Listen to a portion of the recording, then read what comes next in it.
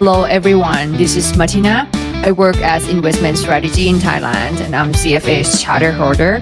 I'm your host today and you're listening to Market Brief. Today we are diving into Bitcoin, the asset that has become increasingly impossible to ignore as institutional investors begin to take BTC more seriously. Blackrock, the world's largest asset manager, has recommended holding 1 to 2% of your portfolio in Bitcoin.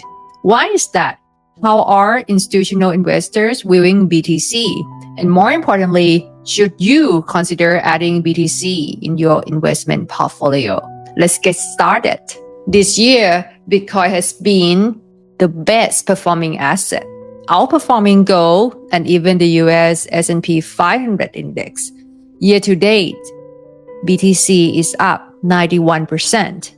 Legendary investment Paul to Dow Jones once compared investing in BTC to buying early shares of Apple or Google. So why is Blackrock, the biggest investment firm globally, now recommending BTC in your portfolio? Well, let's break it down. Whether you like it or not, Bitcoin's rise has started to affect mainstream indices. For example, if you are investing in Nasdaq 100 through a passive fund, you are indirectly exposed to Bitcoin. Why? MicroStrategy, a company that is actually a tech software company, but it happened to keep buying BTC until now it owns more than 423,000 Bitcoin, which is around 2% of all Bitcoin existence. It's now large enough to be included in Nasdaq 100 index. If you are whole Nasdaq 100, you are automatically own 0.5% of MicroStrategy shares and effectively a portion of Bitcoin. So even if you are not buying Bitcoin directly, you are already be exposed. So what about you? Should you be buying BTC now, given volatility and how to time the market? Now, it's $1 million question, which actually I don't have an answer, but let's think about it, right?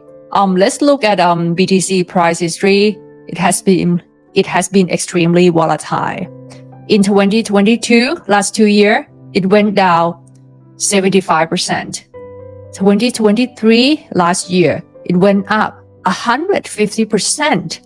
And this year so far, another 91%. So it's extremely volatile. And for risk-averse investor, this volatility can be very dangerous.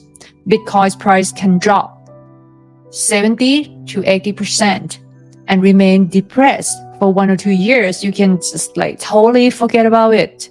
But now, when BTC rallies, it often moves so quickly that you feel like you are missing out. A lot of FOMO in the market. So what's the challenge? Timing the market is nearly impossible for BTC because when BTC is low, people fear that it might die off. But when it's high, they are worried about buying the top. So why does Blackrock recommend 1 to 2 BTC in the portfolio? Given that it's really volatile, here's the reason. Bitcoin's price driver are so different from traditional assets. BTC is not directly correlated to economic data, the labor market, non-farm payroll, unemployment, short-term inflation, CPI, PCE, or Federal Reserve's policy, right? So this correlation, which is low, with other assets make BTC so powerful diversification tool. It means that if you just add just 1 or 2% BTC in your portfolio, that can increase risk-adjusted return and you can reduce the overall risk of your portfolio actually.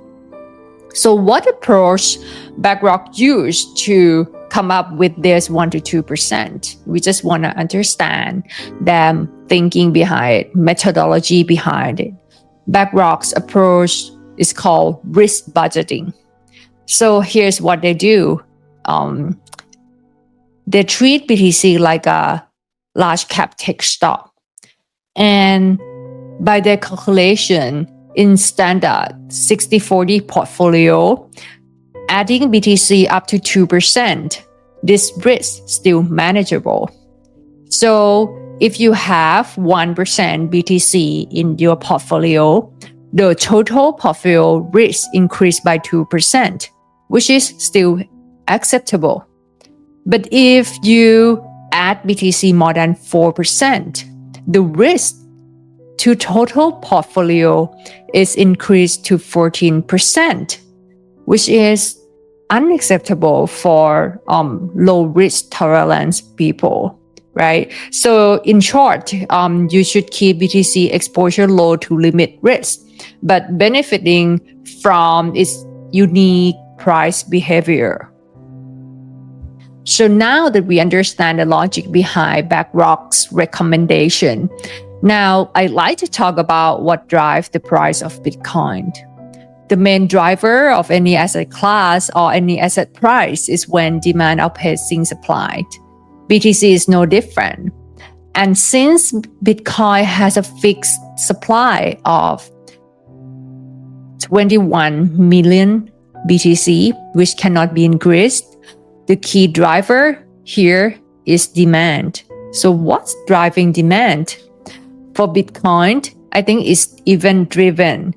You can see that the biggest driving event in adoption this year is when the former and soon to be the US President Donald Trump pledging that to make the US to be a Bitcoin hub, right? And to potentially include it into strategic reserve for the US and for any country, right? So that's geopolitical catalyst.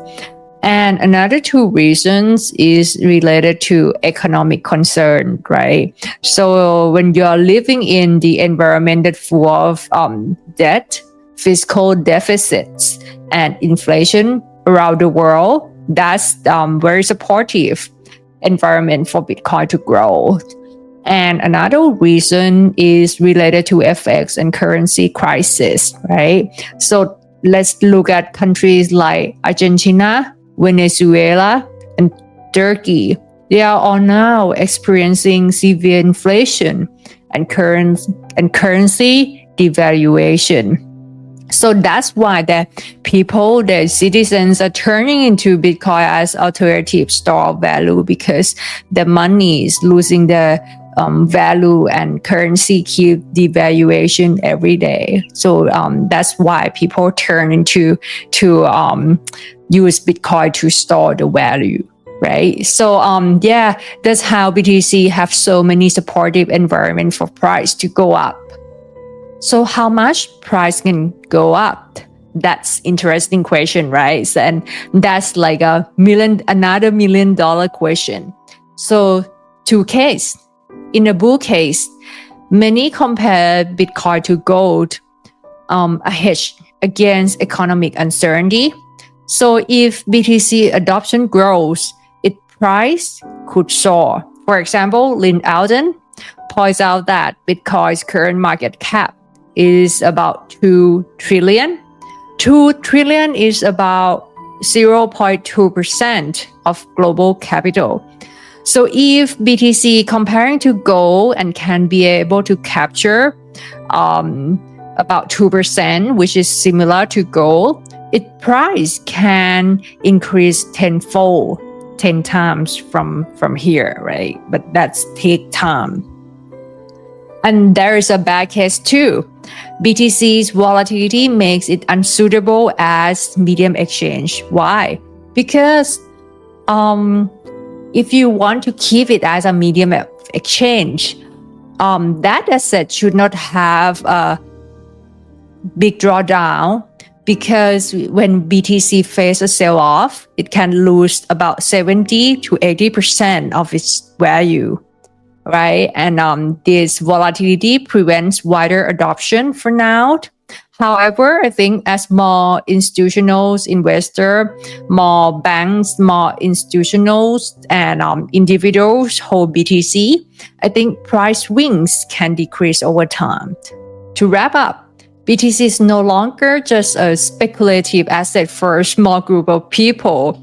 Institutional adoption is accelerating, and major players like Blackrock now view BTC as a tool to hedge risk from inflation, debt, and geopolitical conflict.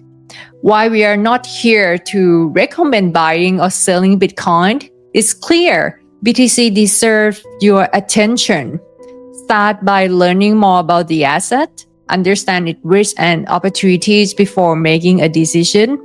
And if you do invest, follow Blackrock's advice. Start with 1 to 2% in your portfolio, just to start with, so that you can learn and have exposure while you can limit risk, right? You can have a controllable risk in your portfolio. Well, if you find today's episode insightful, don't forget to like, share, and subscribe to Market Brief by Martina for more updates on investments and global markets. Let me know in the comments, do you think Bitcoin belongs in your portfolio? Thank you for listening and tuning in. See you in the next episode. Bye for now.